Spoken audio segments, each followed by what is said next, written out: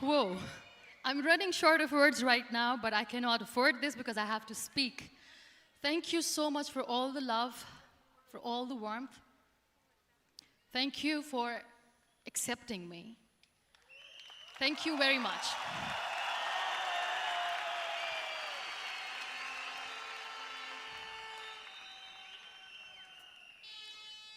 Well, I always start my talk with a disclaimer. And that disclaimer is that I've never claimed to be a motivational speaker. Yes, I do speak, but I feel more like a storyteller because wherever I go, I share a story with everyone. Well, it is a story of a woman whose perfectly imperfect life made her who and what she is today. It's the story of a woman who, in pursuit of her dreams and aspirations, made other people realize that if you think that your life is hard and you're giving up on that because you think your life is unfair, think again. Because when you think that way, you are being unfair to your own self. It's the story of a woman who made people realize that sometimes problems are not too big. We are too small because we cannot handle them.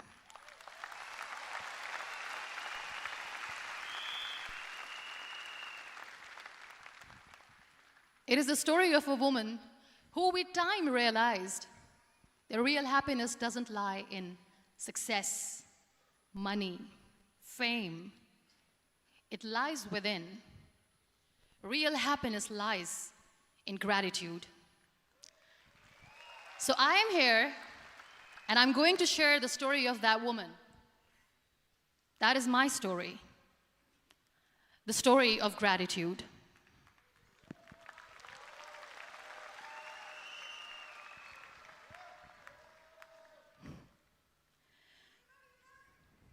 I love you too. I love you all. I believe in the power of words. Many people speak before they think. But I know the value of words. The words can make you, break you, they can heal your soul, they can damage you forever. So I always try to use the positive words in my life wherever I go. They call it adversity, I call it opportunity. They call it weakness, I call it strength. They call me disabled, I call myself differently abled. They see my disability. They see my disability, I see my ability.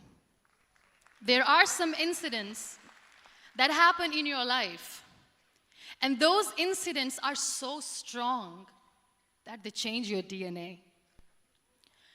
Those incidents or accidents are so strong that they break you physically. They deform your body, but they transform your soul.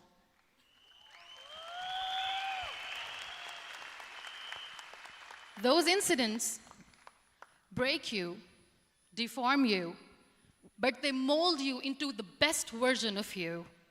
And the same thing happened to me. And I'm going to share what exactly happened to me. I was 18 years old when I got married. And this thing I'm sharing for the very first time on an international level. I was 18 years old when I got married.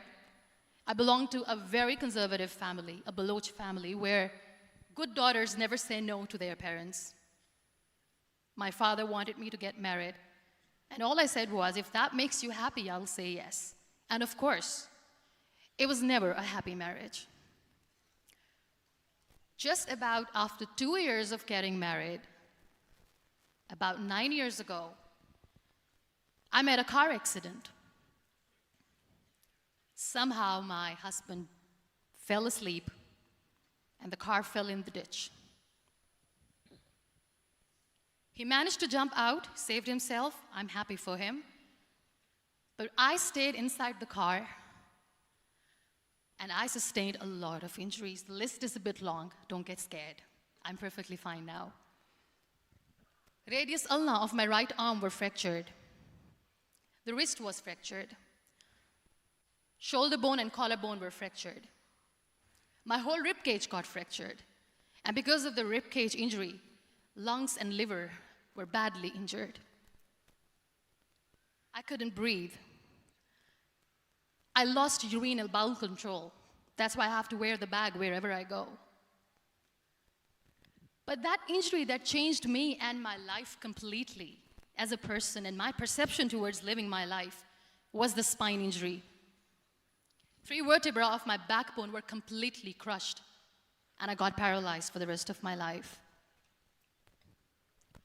So this accident took place in a far-flung area in the outskirts of a very small province, Balochistan, where there was no first aid, no hospital, no ambulance. I was in the middle of nowhere in that toppled car. Many people came to rescue. They gave me CPR. They dragged me out of the car. And while they were dragging me out, I got the complete transection of my spinal cord. And now there was this debate going on. Should we keep it here? She's going to die. Where should we go? There is no ambulance. There was this 4-wheeler Jeep standing in the corner of the street. They said, put her in the back of the Jeep and take her to the hospital, which is 3 hours away from this place. And I still remember that bumpy ride. I was all broken. They threw me at the back of the Jeep and they rushed me to the hospital. That is where I realized that my half body was fractured and half was paralyzed. I finally ended up in a hospital where I stayed for 2.5 months. I underwent multiple surgeries. Doctors have put a lot of titanium in my arm. There's a lot of titanium at my back to fix my back. That's why people in Pakistan call me the Iron Lady of Pakistan.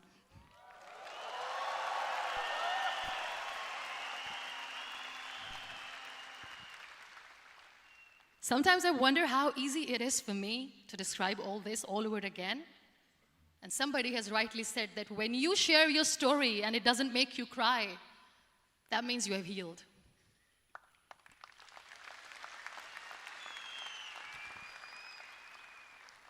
Those 2.5 months in the hospital were dreadful. I will not make up stories just to inspire you. I was at the verge of despair. One day, doctor came to me and he said, well, I heard that you wanted to be an artist, but you ended up being a housewife. I have a bad news for you. You won't be able to paint again because your wrist and your arm are so deformed, you won't be able to hold a pen again. And I stayed quiet. Next day, doctor came to me and said, your spine injury is so bad, you won't be able to walk again. I took a deep breath and I said, it's all right.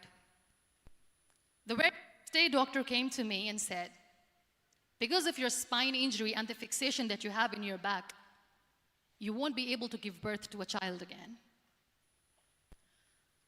That day, I was devastated.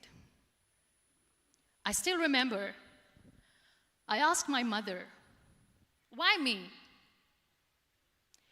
And that is where I started to question my existence. Why am I even alive?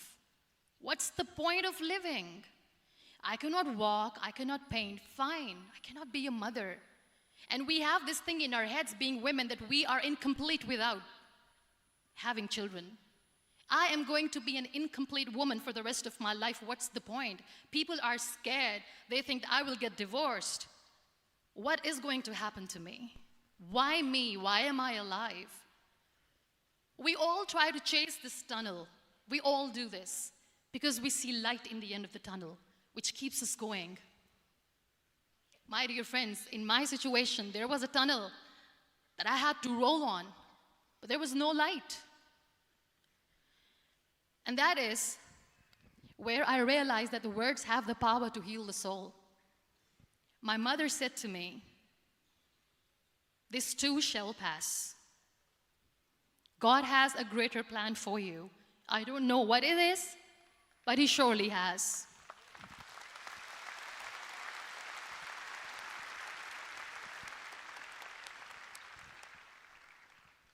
And in all that distress and grief, somehow or the other, those words were so magical that they kept me going.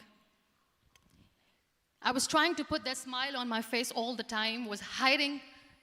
It was so hard to hide the pain, which was there. But all I knew was that if I will give up, my mother and my brothers will give up too. I cannot see them crying with me. So what kept me going was, one day I asked my brothers, I know I have a deformed hand, but I'm tired of looking at these white walls in the hospital and wearing these white scrubs. I'm getting tired of this. I want to add more colors to my life. I want to do something. Bring me some colors. Bring me some small canvas. I want to paint. So the very first painting I made was on my deathbed, where I painted for the very first time. It was not just an art piece or just my passion. It was my therapy. What an amazing therapy it was. Without uttering a single word, I could paint my heart out. I could share my story. People used to come and say, what lovely painting, so much color.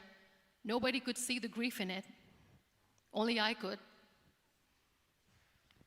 So that's how I spent 2.5 months in my hospital, crying, never complaining or whining, but painting. And then I was discharged, and I went back home. And I went back home, and I realized that I have developed a lot of pressure ulcers on my back and on my hip bone. I was unable to sit. There were a lot of infections in my body, a lot of allergies. So doctors wanted me to lie down on the bed straight for not 6 months, for not 1 year, for 2 years. I was bedridden, confined in that one room, looking outside the window, listening to the birds chirping, and thinking maybe there will be a time when we'll be going out with the family and enjoying the nature. That was the time where I realized how lucky people are, but they don't realize.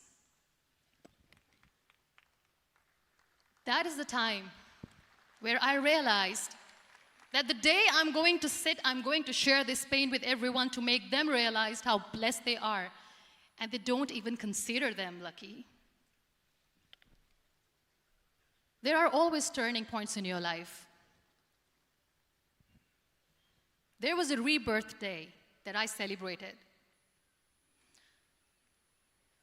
After 2 years and 2.5 months, when I was able to sit on a wheelchair, that was the day when I had the rebirth.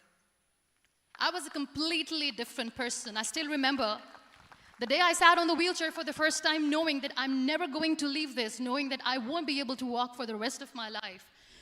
I saw myself in the mirror, and I talked to myself. And I still remember what I said. I cannot wait for a miracle to come and make me walk. I cannot sit in the corner of the room crying, cribbing, and begging for mercy because nobody has time. So I have to accept myself the way I am. The sooner, the better.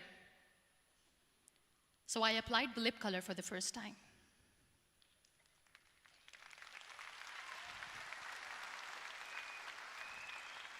And I erased it. And I cried. And I said, what am I doing? A person on a wheelchair should not do this. What will people say? Clean it up. Put it again. This time I put it for myself, because I wanted to feel perfect from within.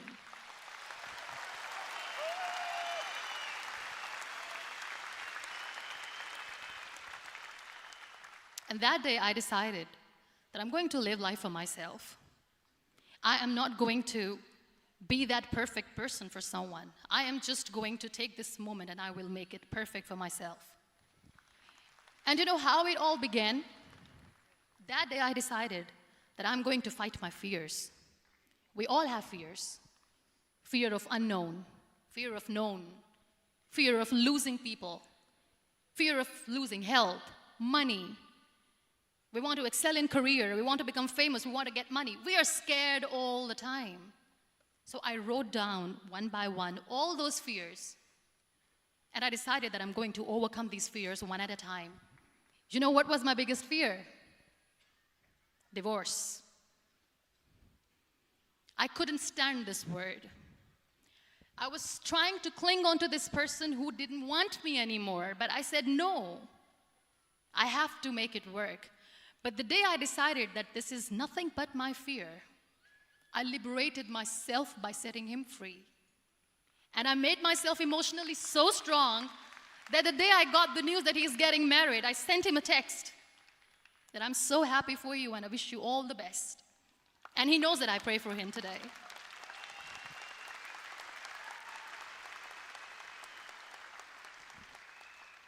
My biggest fear, number 2, was I won't be able to be a mother again.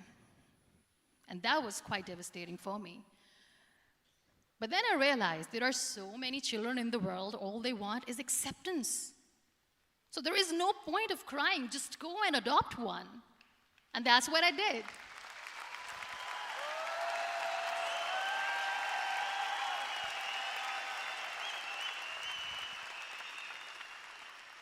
I gave my name in different organizations, different orphanages. I didn't mention that I'm on a wheelchair, dying to have a child.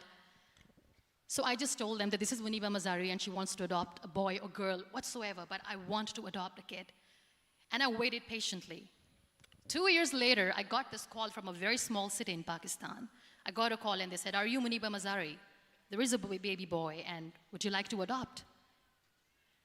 And when I say yes, I could literally feel the labor pain. I said, yes, yes, I am going to adopt him. I am coming to take him home.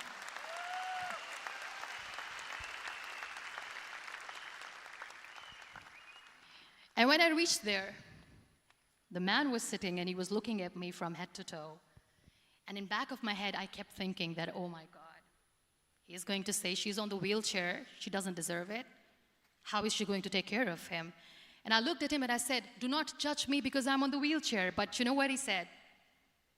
He said, I know you will be the best mother of this child. You both are lucky to have each other.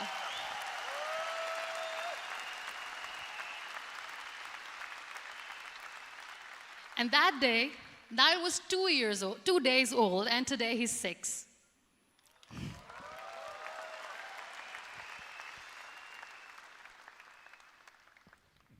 You'll be surprised to know another bigger fear that I had in me. It was facing people.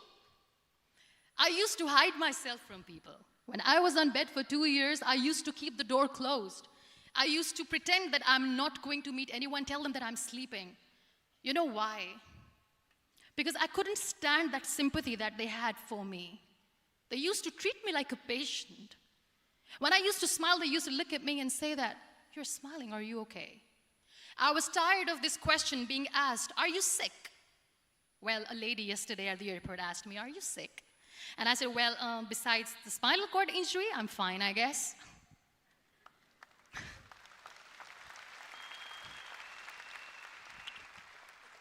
But those are really cute questions. They never used to feel cute when I was on the bed. So I used to hide myself from people, knowing that, oh my God, I'm not going to see that sympathy in their eyes. It's all right. And today I'm here speaking to all these amazing people because I have overcome the fear.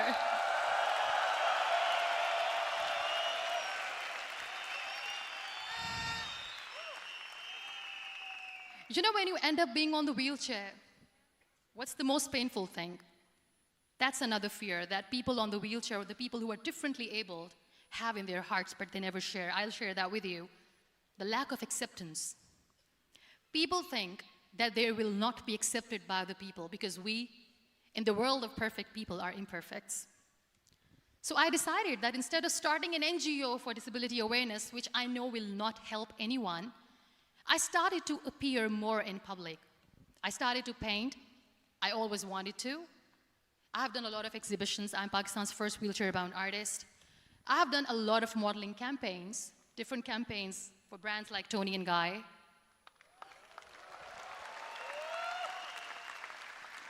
I have done some really funny, breaking the barriers kind of modeling. There was this one by the name Clown Town where I became a clown because I know that clowns have hearts too.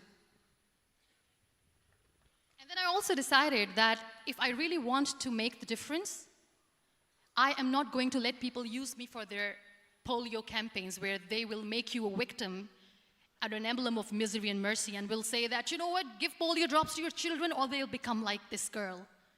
I decided that I'm going to join the national TV of Pakistan as an anchor person. And I've been doing a lot of shows for the last 3 years.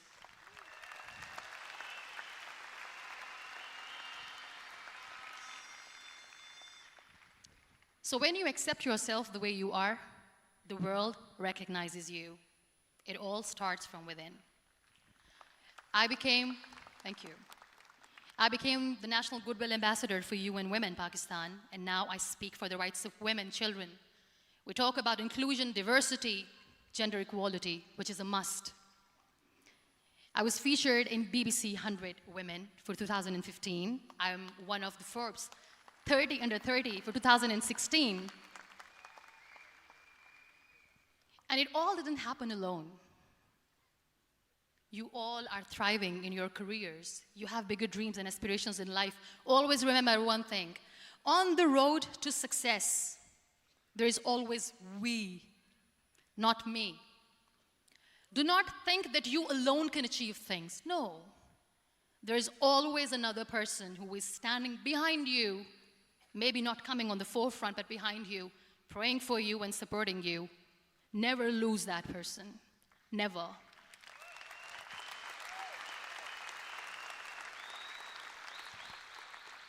No matter how much I say that I couldn't find a hero, so I became one, I still want to recognize those 3 people in my life who literally changed my life completely, and I get inspiration from them every single day.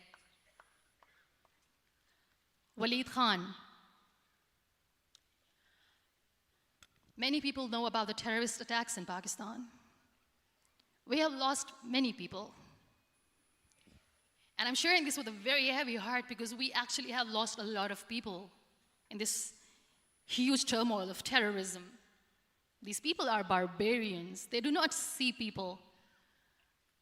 They're even worse than animals. They have killed people in mosques. They have killed people in churches, temples, even in schools.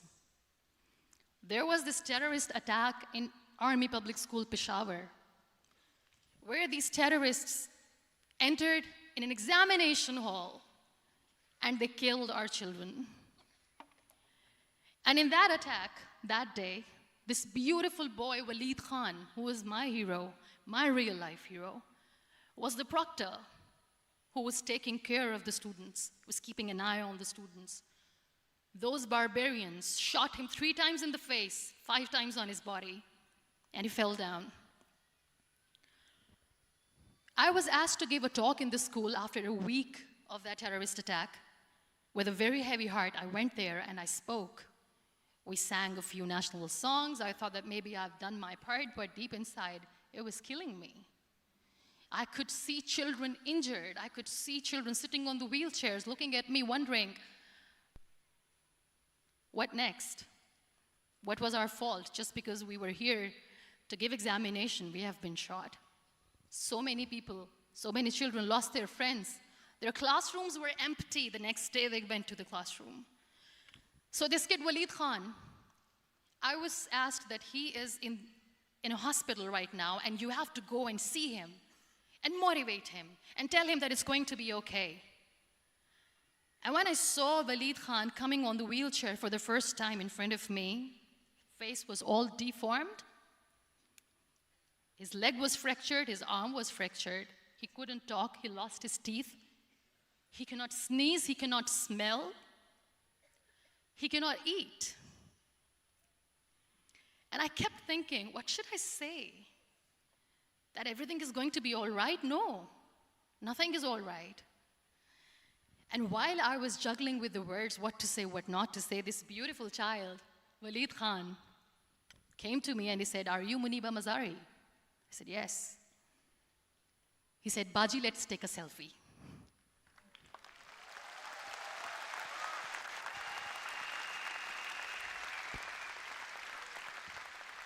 And with that beautiful, toothless smile of Waleed Khan, we took that beautiful selfie that I still have with me. I don't share that here because he was in a very bad shape that time. And that is where I realized that when I was thinking too much about his deformities, he's happy with himself. He doesn't even care. Because today he goes in the same school, and when somebody asks him that what happened to your face, why so many scars, you know what he says? "These scars are my medals and I wear them with pride."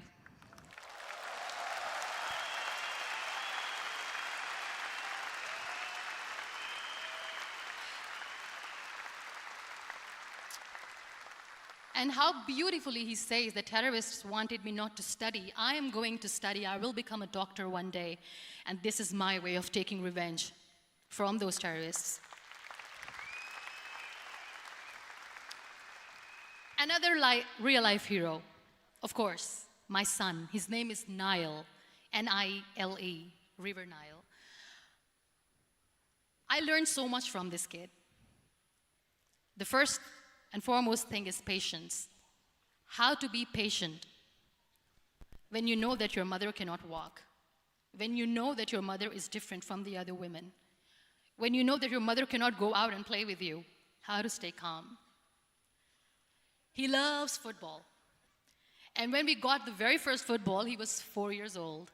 He was super excited. I still remember he came in the room and he said, "Mom, let's play football." And he kept the ball in my feet. And he said, "Let's kick it." And that day I felt disabled. I said, "I cannot kick the ball." And I was down with the same face. He looked at me and he said, "Well, that's all right. Your legs are not working, but your hands do. Let's play catch the ball."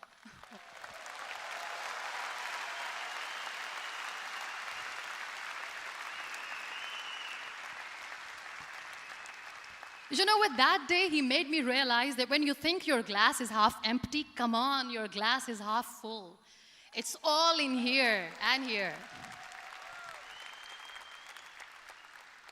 Last but not least, the woman who made me realize that heroes have no gender.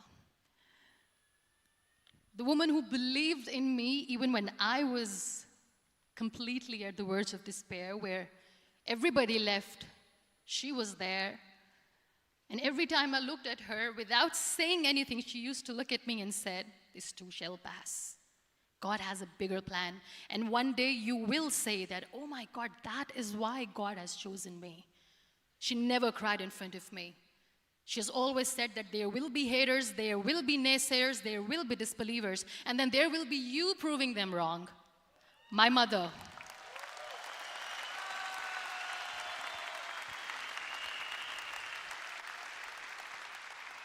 Whatever I am today, I'm nothing without her.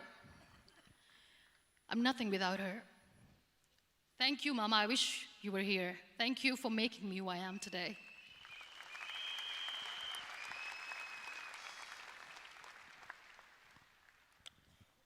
You know what? We human beings have a problem. Out of many problems, there is one more, and this is self-created one.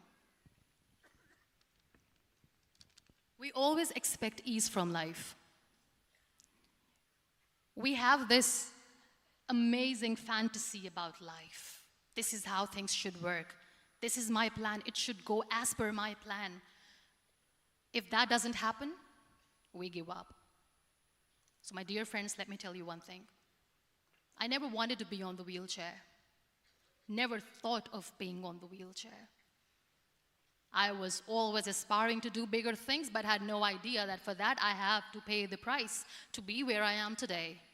It's a very heavy price. This life is a test and a trial, and tests are trials are never supposed to be easy. So when you're expecting ease from life, and life gives you lemons, then you make the lemonade, and then do not blame life for that, because you were expecting ease from a trial. Trials make you a stronger, better person. Life is a trial, and with time you realize that.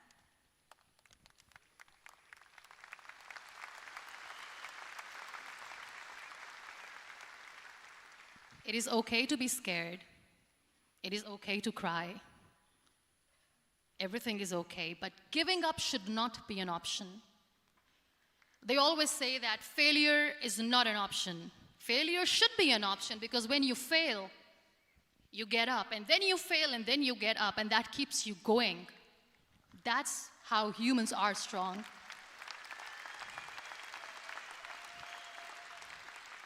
Failure is an option, should be an option, but giving up is not.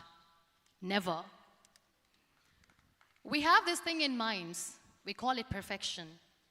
We want everything perfect. We want ourselves to be perfect. There is this image in our head about everything. Perfect life, perfect relationships, perfect career, perfect amount of money that we need to earn no matter what. Nothing is perfect in this world.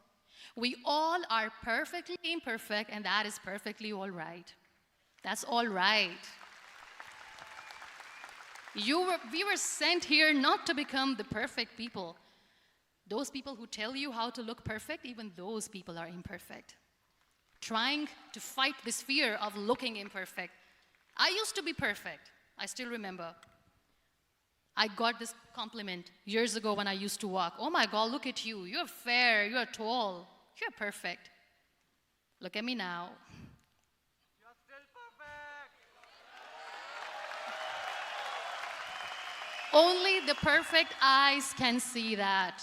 Only the perfect eyes will see that. Only the perfect eyes will see that.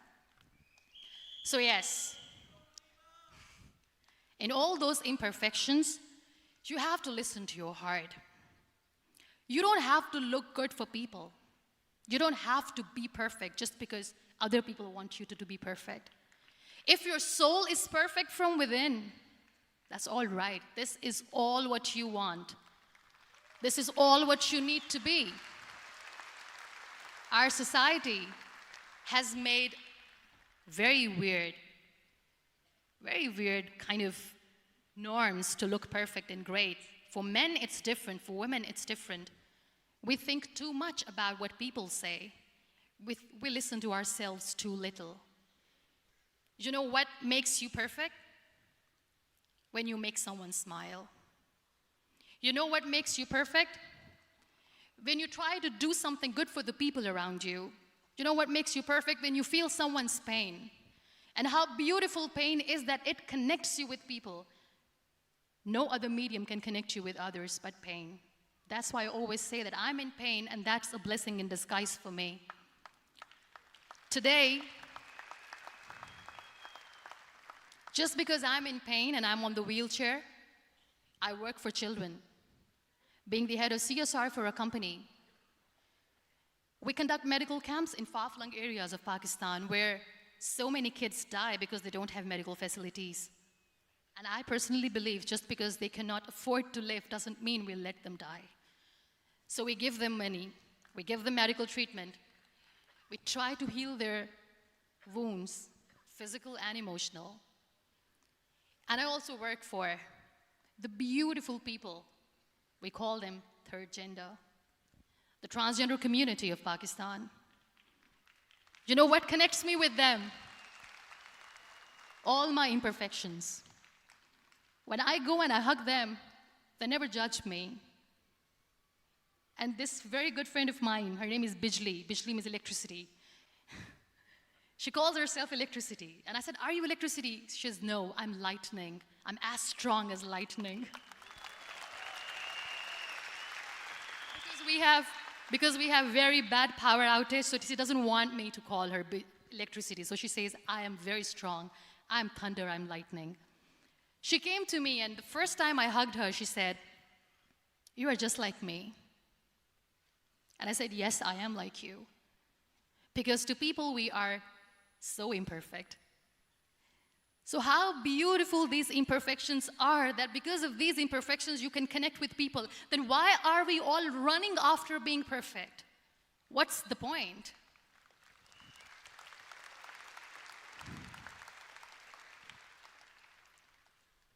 Every time I go in public, I always smile. There's always a big toothy smile on my face, and people ask me, don't you get tired of smiling all the time? What's the secret? I always say one thing, that I have stopped worrying about the things that I have lost, the people that I have lost. Things and people who were meant to be with me are with me. And sometimes, somebody's absence makes you a better person. Cherish their absence. It's always a blessing in disguise. I always say that people are so lucky they don't even realize. You must be thinking, okay, you're lucky in what sense? Well, the breath that you just took was a blessing. Embrace it.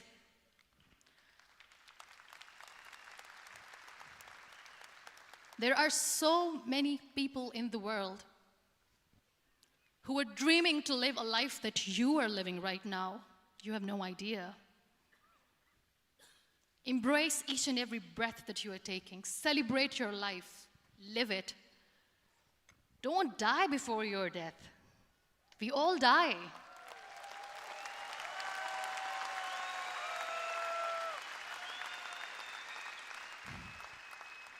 We live this one routine of a day for 75 years and we call it life. No, that's not life. If you're still thinking why you have been sent here, if you're still juggling with the concept of why you are here, you haven't lived yet. You work hard, you make money, you do it for yourself. That's not life. You go out, you seek for people who need your help, you make their lives better. You become that sponge which can absorb all the negativity, and you become that person who can emit beautiful, positive vibes. And when you realize that you have changed someone's life, and because of you, this person didn't give up, that is the day when you live. Always.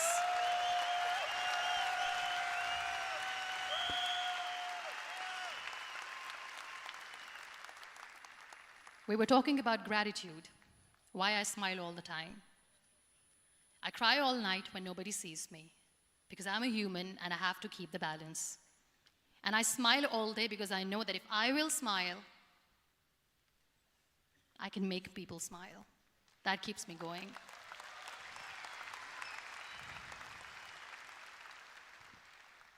Be grateful for what you have, and you will always, always end up having more. But if you'll cry and if you'll crib for the little things that you don't have or the things that you have lost, you will never ever have enough. Sometimes we are too busy thinking about the things that we don't have that we forget to cherish the blessings that we have. I'm not saying that I'm not healthy and that makes me unlucky, but yes, it is hard. It is hard when I say that I cannot walk. It is hard to say when I wear this bag. It hurts.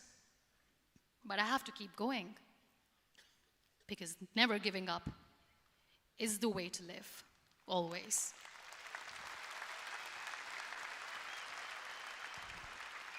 So I'll end my talk on a very short note. Live your life fully. Accept yourself the way you are. Be kind to yourself. Be kind to yourself. I'll repeat, be kind to yourself, and only then you can be kind to others. Love yourself and spread that love. Life will be hard. There will be turmoils, there will be trials, but that will only make you stronger. Never give up. The real happiness doesn't lie in money or success or fame. I have this all, I never wanted this. Real happiness lies in gratitude. So be grateful, be alive, and live every moment. Thank you so much, everyone. Thank you.